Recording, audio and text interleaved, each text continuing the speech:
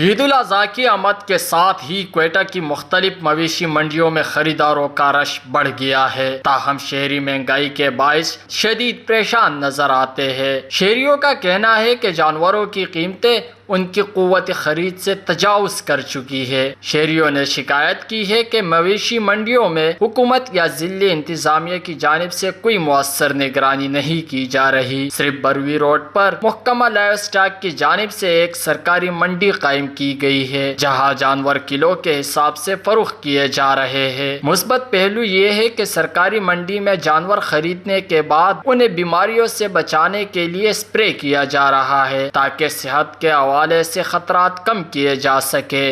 پچھلا سال تھا یا اس سے پچھلا سال تھا، اس کی نسبت اس دفعہ جو ہے 3 گنا اوپر رہی ہے۔ صحیح ہے نا؟ ٹھیک ہے، بقایا خریدار کوئی نہیں ہے، صرف لوگ ادھر آ کے دیکھ رہے۔ گرمی دھوپ میں ہم لوگ 2 گھنٹے سے خوار ہے۔ بکرے پہ ہاتھ رکھو 1.5 لاکھ، 1,40,000، 1,70,000، 1.5 لاکھ اس مناسب سے مل رہے، مگر اتنا گنجائش لوگوں کے نہیں ہے سر۔ جی اسپرے وغیرہ ہو رہے ادھر اوپر جو ہے یہ میونسپلٹی والوں نے کھولا ہوا ہے، ادھر جو بندہ بکرا خریدے سیدھا ادھر لے جائے، وہ لوگ فری میں اسپرے کر دیتے ہیں سر۔